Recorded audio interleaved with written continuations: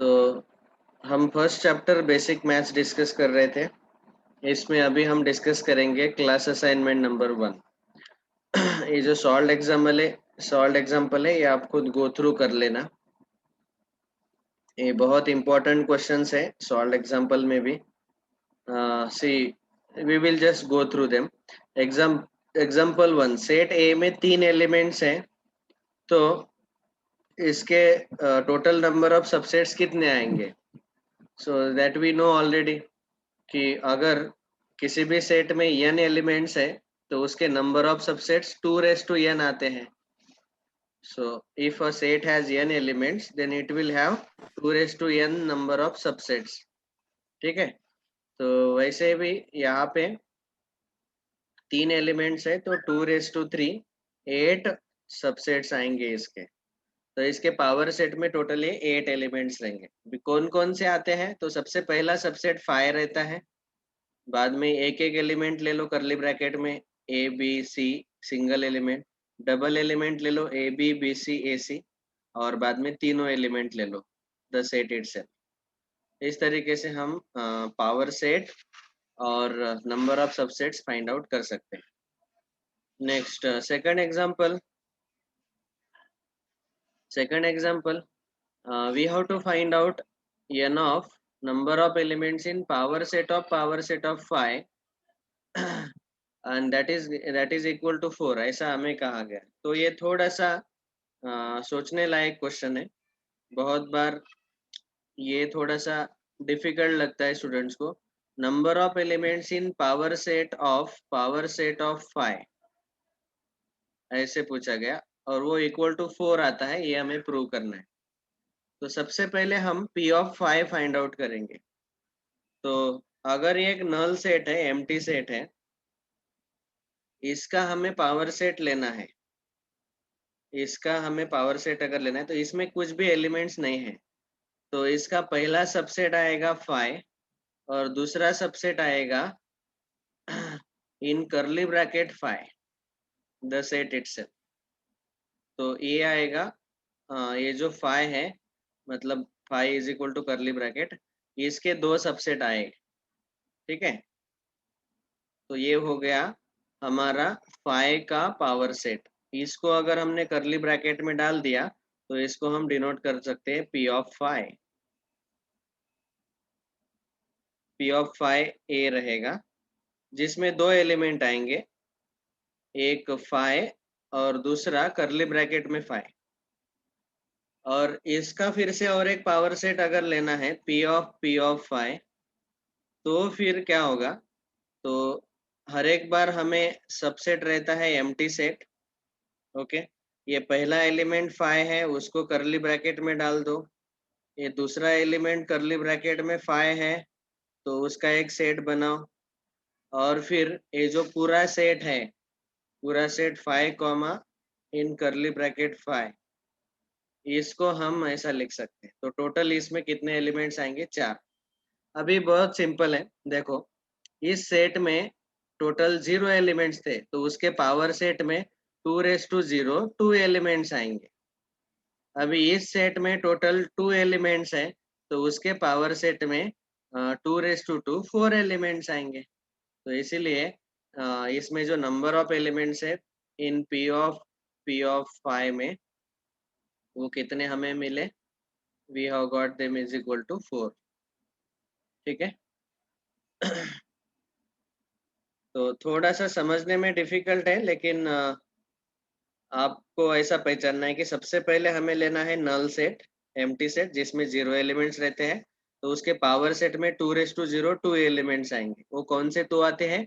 एक empty set और एक ये जो 5 है उसको करली ब्रैकेट में डालना पड़ेगा। फिर उसका भी पावर सेट लेंगे तो उसमें 4 एलिमेंट आएंगे, क्योंकि 2 4 एलिमेंट्स ऐसे। तो इसके पावर सेट लेते वक्त एक एम्प्टी सेट आता है और एक सेट इटसेल्फ आता है। ये जो सेट है P ऑफ 5, ये लिख लिया और एक एक एलिमेंट ये लिख लिया, करली ब्रैकेट में 5 और इनसाइड करली ब्रैकेट में करली ब्रैकेट 5। तो ऐसे हमें पावर सेट में 4 एलिमेंट्स मिलते हैं। ओके,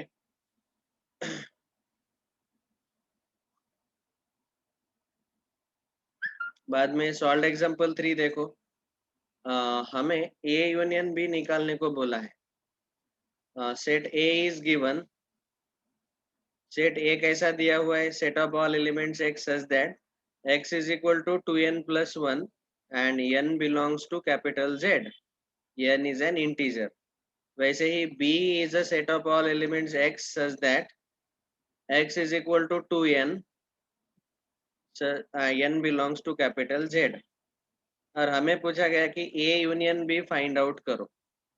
तो a यूनियन b, ठीक है, तो a यूनियन b क्या आएगा, देखो n इज एन इंटीजर, तो 2n+1 मतलब ये हमें हमेशा ऑड इंटीजर आंसर देगा, तो सारे ऑड इंटीजर इसमें आएंगे। और b में 2n मतलब इवन नंबर आएगा, इवन इंटीजर, n का वैल्यू अगर हमने यहाँ पे इंटीजर डाला तो सारे पॉजिटिव निगेटिव इवन नंबर्स आएंगे। तो इसका मतलब एक्चुअली स्पीकिंग हम पहले हम लिस्ट बनाते हैं। तो ऑड इंटीजर ये आएंगे +-1, +-3, +-5, ये सारे आएंगे इस सेट में। इस सेट में आएंगे प्लस माइनस, n का वैल्यू 0 पहले ले लेते हैं, 0, +-2, +-4, +-6, ये सारे आएंगे। और दोनों का यूनियन लेंगे तो सब कुछ हमें कंबाइन करना पड़ेगा, तो 0, +-1, +-2, +-3 एंड सो ऑन। तो इसका मतलब इसमें सारे इंटीजर्स आएंगे, तो हम ऐसा भी लिख सकते हैं A union B is capital Z, capital Z में सारे इंटीजर एक साथ आ जाएंगे। ओके, तो ऐसे हम इसको सॉल्व कर सकते हैं। सो एक्चुअली इसको अगर हमें रूल मेथड में लिखना है तो ये z है, तो z इसको लिखते वक्त रूल मेथड में लिखेंगे set of all elements x such that x belongs to z, सारे इंटीजर्स लेने हैं, ऐसा लिखो या फिर वर्ड में लिखो x is an integer, set of all elements x such that x is an integer. ये जो सच दैट का वर्टिकल लाइन है इसके जगह आप कोलन भी लिख सकते हैं, जैसे यहाँ पे कोलन लिखा है बुक में, वैसे भी आप लिख सकते हैं। ओके, बाद में एग्जाम्पल नंबर 4, ये सॉल्व एग्जाम्पल बहुत इंपॉर्टेंट है, इस टाइप के क्वेश्चंस हमें बहुत बार पूछे गए, इसीलिए सॉल्व एग्जाम्पल में वो डाले गए। देखो ये बहुत सही एग्जाम्पल है। Set of all elements x such that x is equal to 3n, n belongs to z। 3n मतलब 3 के मल्टीपल्स, 3 तो हम लिख लेते हैं +-3, +-6, +-9, 3 का टेबल, ये सब पॉजिटिव निगेटिव सारे आ जाएंगे। और सेट बी में हमें दिए हुए हैं x is equal to 4n, 4n मतलब 4 के multiple, n belongs to z। अभी पिछले क्वेश्चन में यहाँ पे +-4, +-8, +-12 ये सारे आ जाएंगे। पिछले क्वेश्चन में हमें यूनियन पूछा था, तो दोनों सेट के कंबाइन एलिमेंट्स करने पड़े हमें, तो सारे हमने एक साथ जोड़ लिए। लेकिन यहाँ पे हमें पूछा गया ए इंटरसेक्शन बी, तो इंटरसेक्शन मतलब कॉमन एलिमेंट्स। तो कॉमन एलिमेंट्स क्या है, कॉमन एलिमेंट्स कौन से आएंगे अभी तो 3 का टेबल और 4 का टेबल दोनों में कॉमन एलिमेंट्स क्या आएंगे, एलसीएम ऑफ 3 एंड 4, इसका टेबल, दोनों का एलसीएम 12 आता है, तो 12 का टेबल हमें लिखना पड़ेगा। तो सीधा सीधा हम लिखेंगे ए इंटरसेक्शन बी में आएगा +-12, +-24, जो कॉमन एलिमेंट्स है जो 3 और 4 दोनों के टेबल में है, तो दोनों के टेबल में आने वाले सारे एलसीएम ऑफ 3 और 4 के टेबल में आएंगे, मतलब 12 के टेबल में। तो 12 1 जा 12, 12 2 जा 24, 12 3 जा +-36, ये आएगा। और इसको अगर हमें रूल मेथड में लिखना है तो ऐसे लिखेंगे set of all elements x such that x is equal to 12n, 12 का टेबल आएगा and n belongs to z, ये आएगा आंसर। समझ में आया, लिस्ट मेथड में ये आंसर आएगा और रूल मेथड में ये आंसर आएगा 12 टाइम्स n, 12 के मल्टीपल्स। देखो 3 के मल्टीपल, 4 के मल्टीपल, इनका कॉमन पार्ट उनके एलसीएम लेने के बाद जो आता है 12, उसके मल्टीपल्स आएंगे। तो ऐसा याद रखना है, जब भी आप कॉमन पार्ट लेते हो तो आपको एलसीएम लेना जरूरी है, ठीक है। नेक्स्ट, ये बहुत सबसे इम्पोर्टेंट क्वेश्चन है, जेडब्ल्यू में इसको कम से कम 10-12 बार अब तक पूछा गया, ठीक है। तो पांचवा एग्जाम्पल अच्छे से समझना है, this is very very important question, इसलिए इनको सॉल्व एग्जाम्पल में डाला है। डायरेक्ट जेडब्ल्यू के क्वेश्चन है वो, उस टाइप के क्वेश्चन बहुत बार पूछे गए। अभी ये जो फिफ्थ क्वेश्चन है इसमें हमें क्या दिया है देखो, A and B are the two sets containing 3 and 6 elements respectively. मतलब हम यहाँ पे अभी सॉल्यूशन लिखते वक्त ऐसा लिखेंगे कि n of A is equal to 3 and n of B is equal to 6। Set A में 3 एलिमेंट्स है, नंबर ऑफ एलिमेंट्स, और सेट बी में 6 एलिमेंट्स है। इतना हो गया। अभी हमें पूछा गया कि what can be minimum elements in A union B and what can be maximum elements in A union B। तो A हमें पूछा गया कि A यूनियन B में नंबर ऑफ एलिमेंट्स मैक्सिमम कितने रहेंगे और A यूनियन B में नंबर ऑफ एलिमेंट्स मिनिमम कितने रहेंगे, ये पूछा गया। ठीक है, तो अभी देखो हमें पहले ये डायग्राम से समझना पड़ेगा या फिर पहले फॉर्मूला लिख लेते हैं। हमें पता है कि इन n of A union B is equal to n of A plus n of B minus n of A intersection B, ये फॉर्मूला है। अभी इस फॉर्मूला के मैं दो पार्ट कर रहा हूँ। ठीक है, अगर मुझे अगर मुझे ए यूनियन बी मैक्सिमम चाहिए, ये यूनियन भी मैक्सिमम चाहिए, तो इसको मैक्सिमम करने के लिए हमें क्या करना पड़ेगा, जो राइट हैंड साइड है उसको मैक्सिमम करना पड़ेगा। अभी उसको मैक्सिमम करने के लिए जो सब्ट्रैक्ट होने वाला पार्ट है, जो माइनस हो रहा है, उसको कम से कम सब्ट्रैक्ट होना चाहिए ताकि उसका आंसर, ये यूनियन बी का आंसर मैक्सिमम आ जाए। तो हमें ऐसा लिखना पड़ेगा कि n of A intersection B जो है वो मिनिमम आना चाहिए। ये सब्ट्रैक्ट होने वाला जो पार्ट है वो मिनिमम रहना चाहिए ताकि union A union B maximum आ जाए, सबसे बड़ा आ जाए। ठीक है, तो इसीलिए अभी ए इंटरसेक्शन बी को मिनिमम करना है। तो ये पहला पार्ट है। और दूसरा, अगर मुझे ए यूनियन बी को मिनिमम करना है, कम से कम आंसर आना चाहिए, तो जो सब्ट्रैक्ट होने वाला पार्ट है उसको आप बढ़ा दो ताकि आंसर मिनिमम आ जाए। तो ए इंटरसेक्शन बी को मैक्सिमाइज करना पड़ेगा। तो ये दो फॉर्मूले इसी फॉर्मूला से मैंने लिख लिए। ये बहुत ही इंपॉर्टेंट फॉर्मूले हैं, याद रखो। अभी और एक इम्पोर्टेंट चीज, अभी ए इंटरसेक्शन बी के बारे में हम बात कर रहे हैं। तो यहाँ पे मैं दो वेन डायग्राम ड्रॉ करूंगा।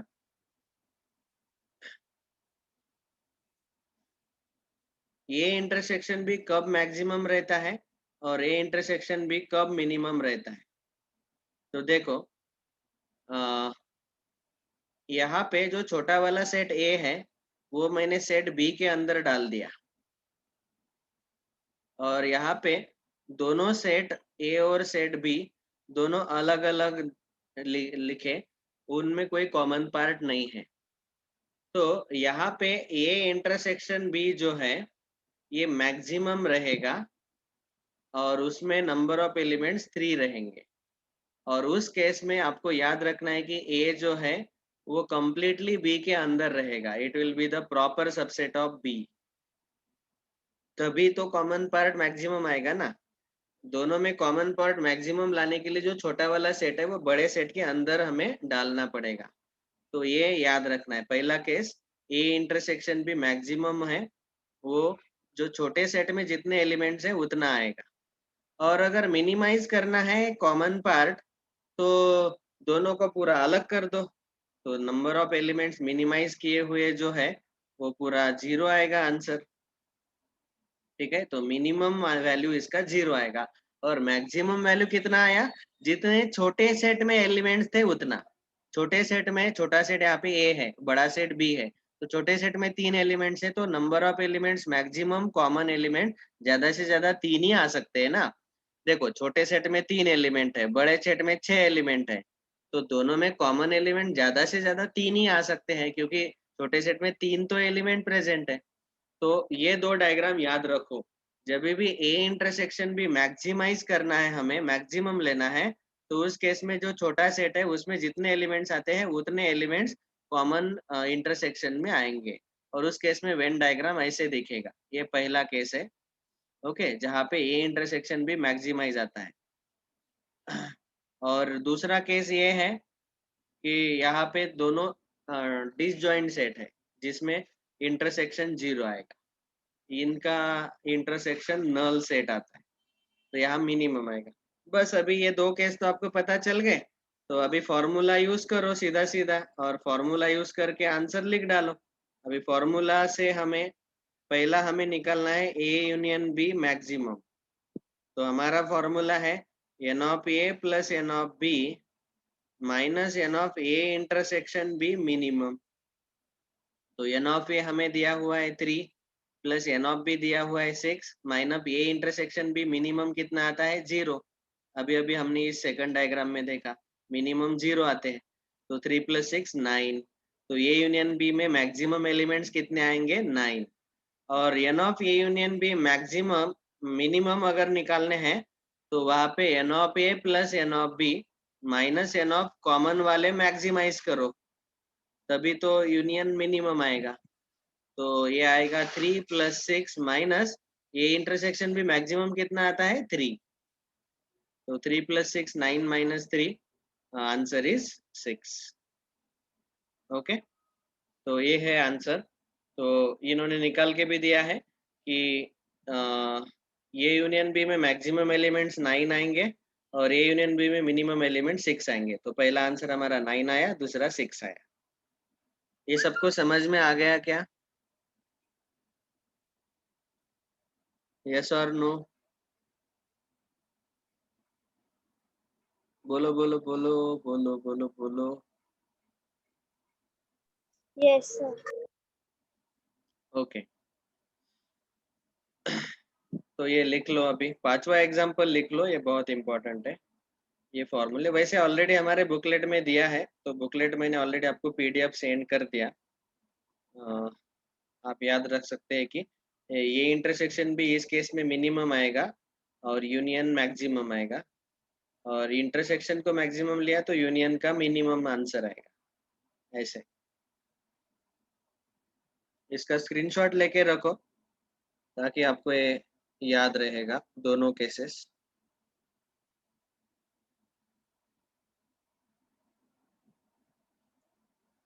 Okay, now today I want all of you to solve both class assignment as well as home assignment। तो देखो ये अगले 2 दिन आपको बहुत सारा होमवर्क है। क्लास असाइनमेंट में टोटल 16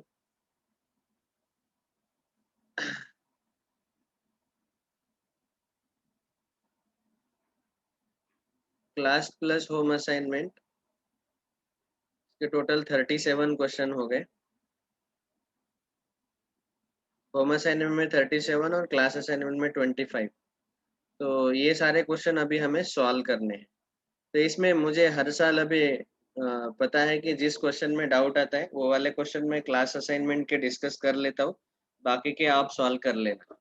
ओके, आपके पास अभी पीडीएफ मैंने भेज दिया है ग्रुप पे, यू कैन स्टार्ट सॉल्विंग। तो अभी सेट सेट थ्योरी चैप्टर जो है उसका मैंने थोरोली थ्योरी कंप्लीट कर दिया है।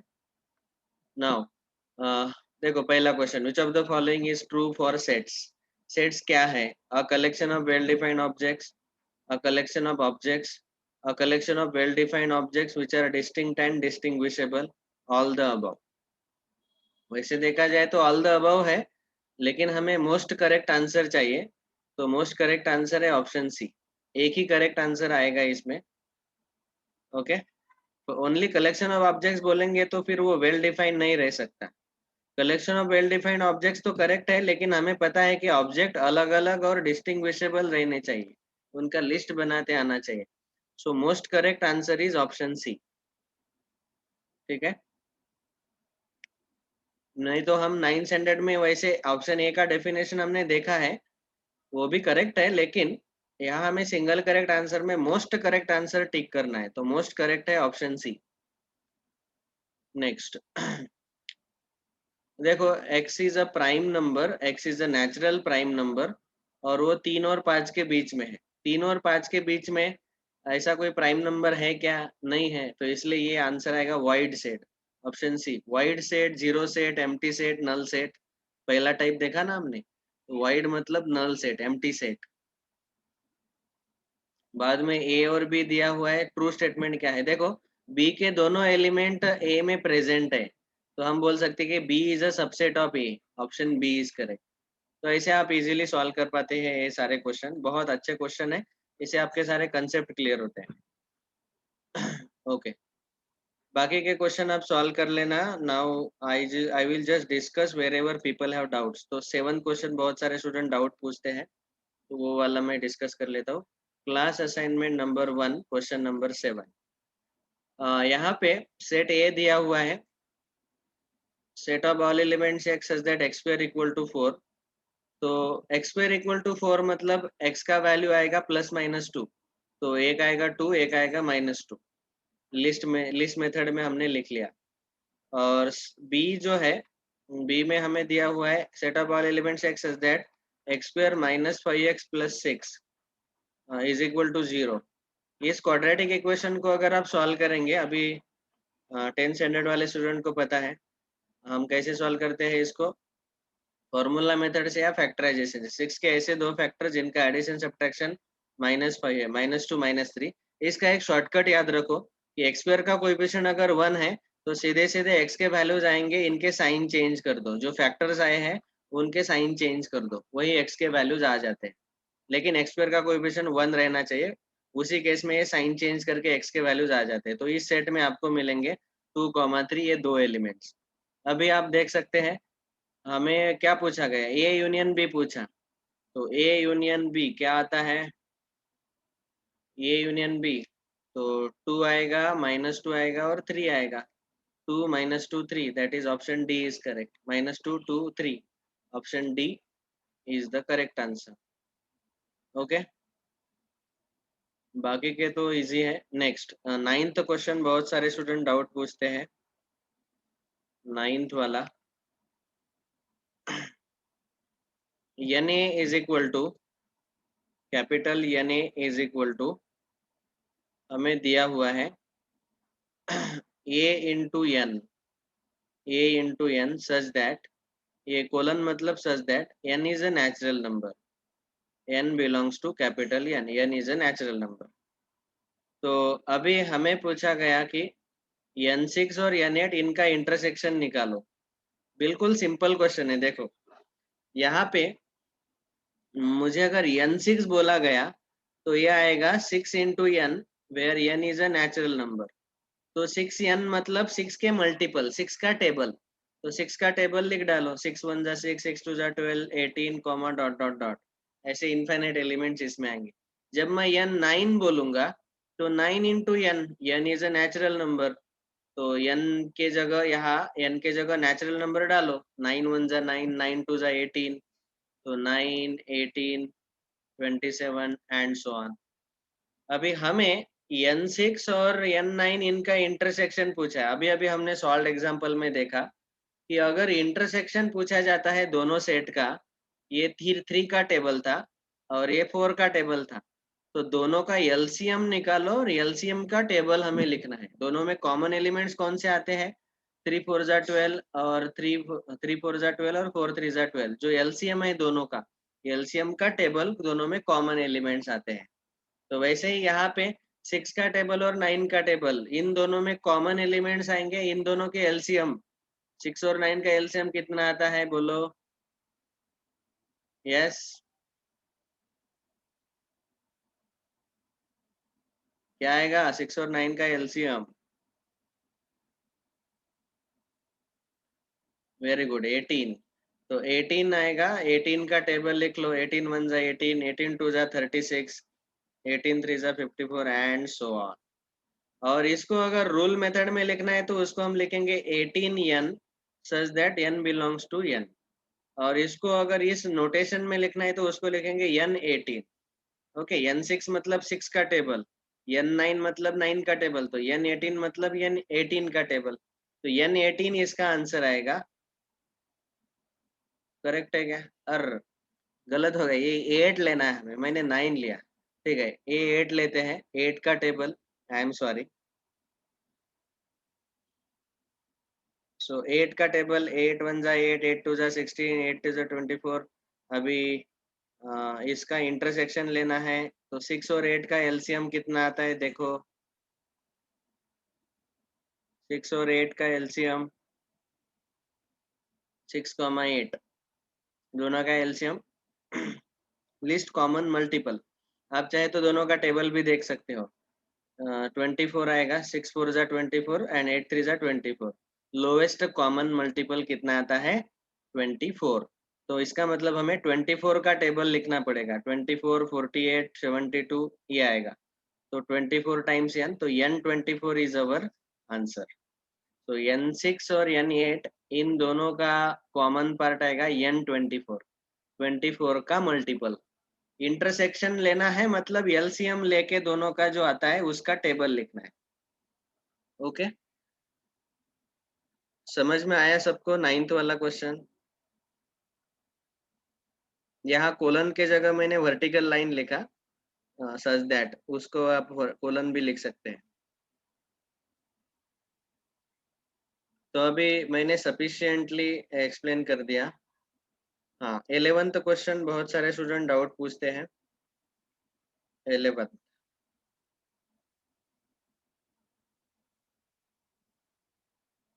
To finite sets have m and n elements respectively. दो फाइनाइट सेट है, उसको समझो हम ए बी लेते हैं। पहला सेट ए है, उसमें m एलिमेंट्स है, और दूसरा सेट बी, उसमें n एलिमेंट्स है। अभी total number of subset of first set is 56 more than the total number of subset of the second set. Number of subset का हमारे पास फॉर्मूला है, number of subsets of A के number of subsets आएंगे 2m, और number of subsets of B आएंगे 2n। पता है ना, अगर सेट में m एलिमेंट्स है तो number of subset 2m, n elements है तो 2n, इतने सबसेट्स आएंगे। इतना हो गया।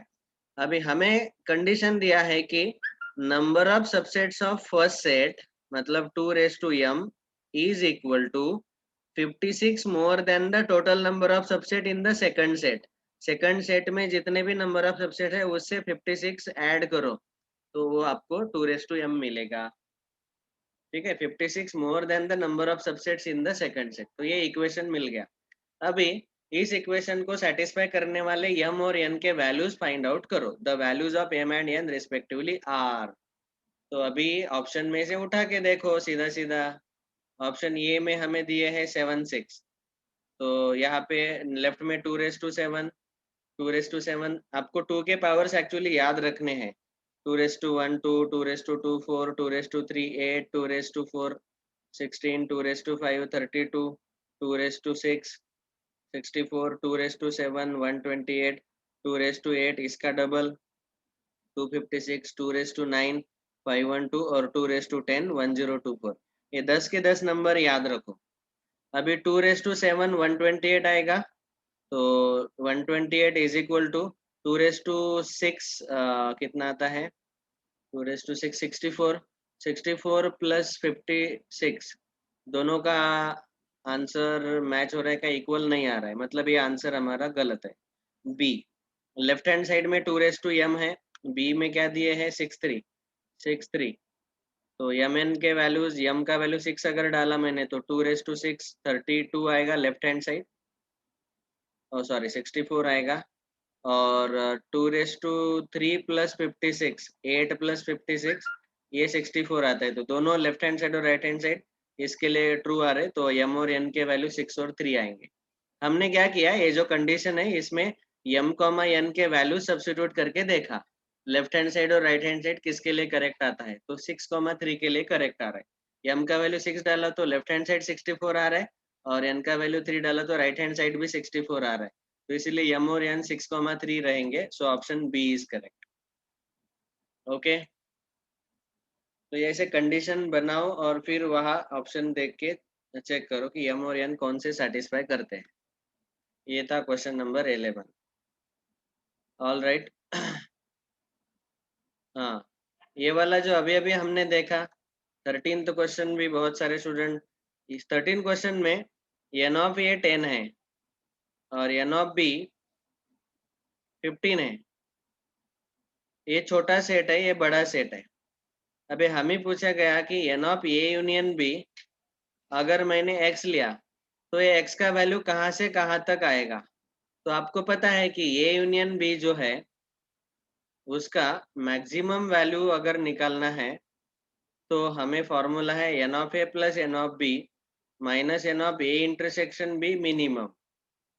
तो यहाँ आएगा 10 प्लस 15 माइनस मिनिमम इंटरसेक्शन 0 रहता है तो 25 आएगा। तो x का मैक्सिमम वैल्यू 25 आएगा यूनियन का। और यूनियन का मिनिमम वैल्यू निकालते वक्त हम क्या करते हैं? मिनिमम वैल्यू निकालते वक्त इंटरसेक्शन को मैक्सिमम करते हैं। N of A plus n of B minus n of A intersection B maximise कर लेते हैं। तो इसको मैक्सिमाइज करेंगे तो ये आएगा 10 प्लस 15 माइनस 10 तो 15 आएगा आंसर। तो 15 से 25 तक इसका वैल्यू रहेगा। So option number A is correct. Sorry B is correct. Equal to भी रहना चाहिए ना, यहाँ पे इक्वल टू नहीं है। So option B is correct. ठीक है, तो ये मैक्सिमम और मिनिमम वैल्यू निकालना आना चाहिए। अभी हमने ऑलरेडी ये अच्छे से डिटेल में डिस्कस किया है सॉल्व एग्जाम्पल 5 में। ठीक है, इसका वेन डायग्राम देख के ही समझ में आता है।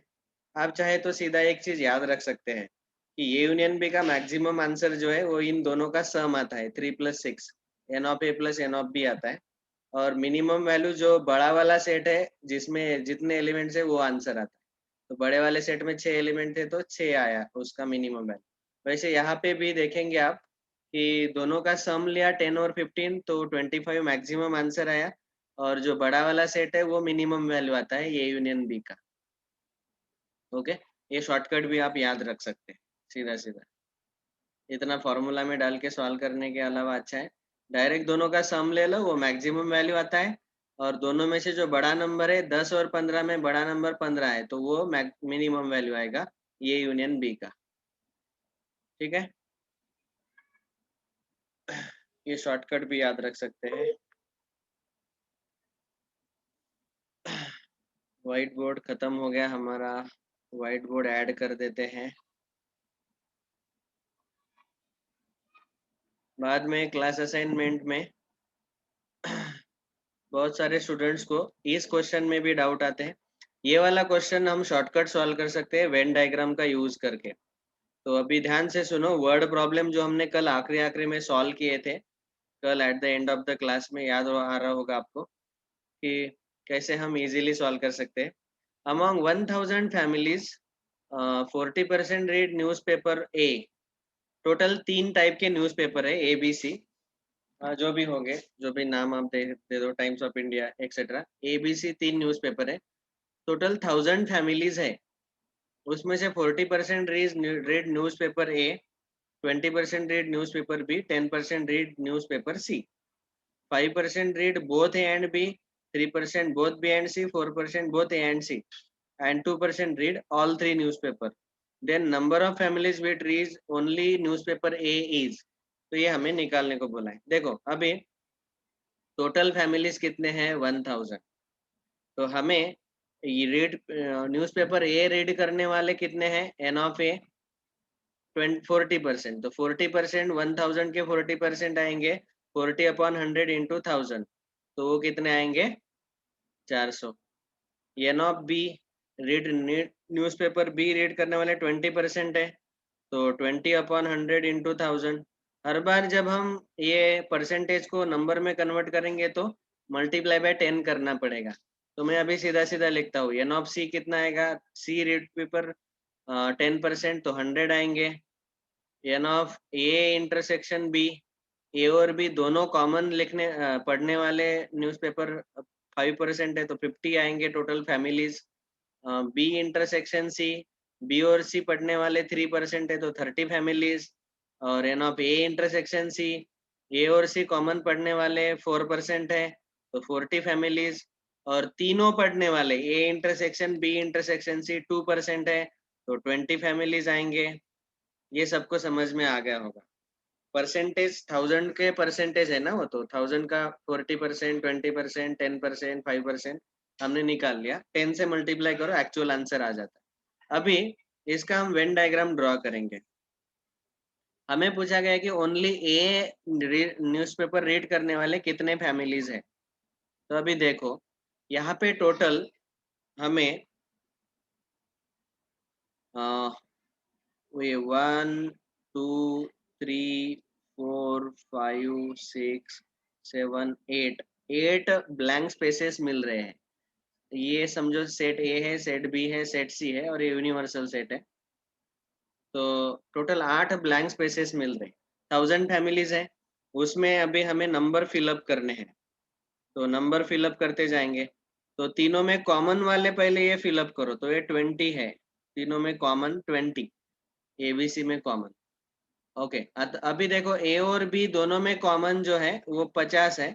उसमें से 20 यहाँ पे तीनों में कॉमन ले लिए तो यहाँ 30 आएंगे, 30 आएंगे। बाद में बी और सी में कॉमन 30 है, बी और सी में कॉमन 30 है, वहां से 20 यहाँ चले गए तो यहाँ 10 बचे, बी और सी में कॉमन यहाँ 10 बचे। तो ये जो 8 ब्लैंक स्पेसेस है उनको हम नंबर से फिलअप कर रहे हैं। ये ब्लैंक स्पेसेस जो है मैंने ब्लू से दिखाए थे उनको मैं हटा देता हूँ, अभी कंफ्यूजन नहीं होगा फिर। तो आपको ये समझ में आ रहा होगा कि यहाँ 20 कॉमन तीनों में है। उसमें से ए और बी में कॉमन 50 थे, तो 20 यहाँ चले गए तो 30 यहाँ बचे। बी और सी में कॉमन 30 है तो उसमें से 20 यहाँ चले गए तो यहाँ 10 आ गए।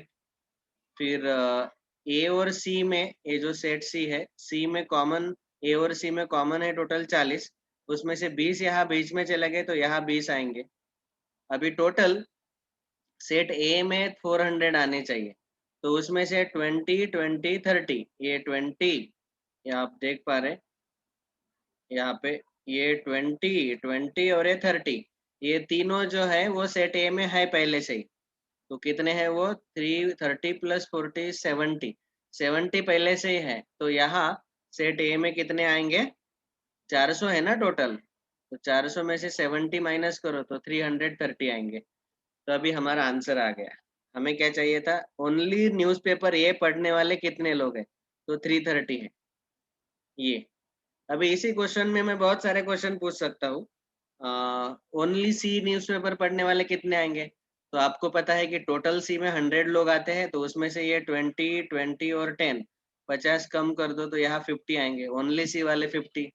ये 30 20 10 ये बी वाले आएंगे, दैट इज 60, और बी वाले टोटल 200 है तो यहाँ 140 बचेंगे। तो देख के समझ में आ रहा है कि सबसे ज्यादा पॉपुलैरिटी न्यूज़पेपर ए का है ना। 330 लोग खाली न्यूज़पेपर ए ही पढ़ते हैं। तो ऐसे आपको इजीली आंसर मिल जाएगा। समझो मैंने आपको पूछा कि ए और बी दोनों न्यूज़पेपर पढ़ने वालों का काउंट बताओ, तो वो है 30। ओनली 2 न्यूज़पेपर, ए और बी, ओनली 2 न्यूज़पेपर ए और सी, ये 20। तीनों न्यूज़पेपर पढ़ने वाले तो हमें पहले से ही दिया हुआ है 20। तो ऐसे आप इजीली वेन डायग्राम का यूज करके ये वाले क्वेश्चन सॉल्व कर सकते हैं, वर्ड प्रॉब्लम।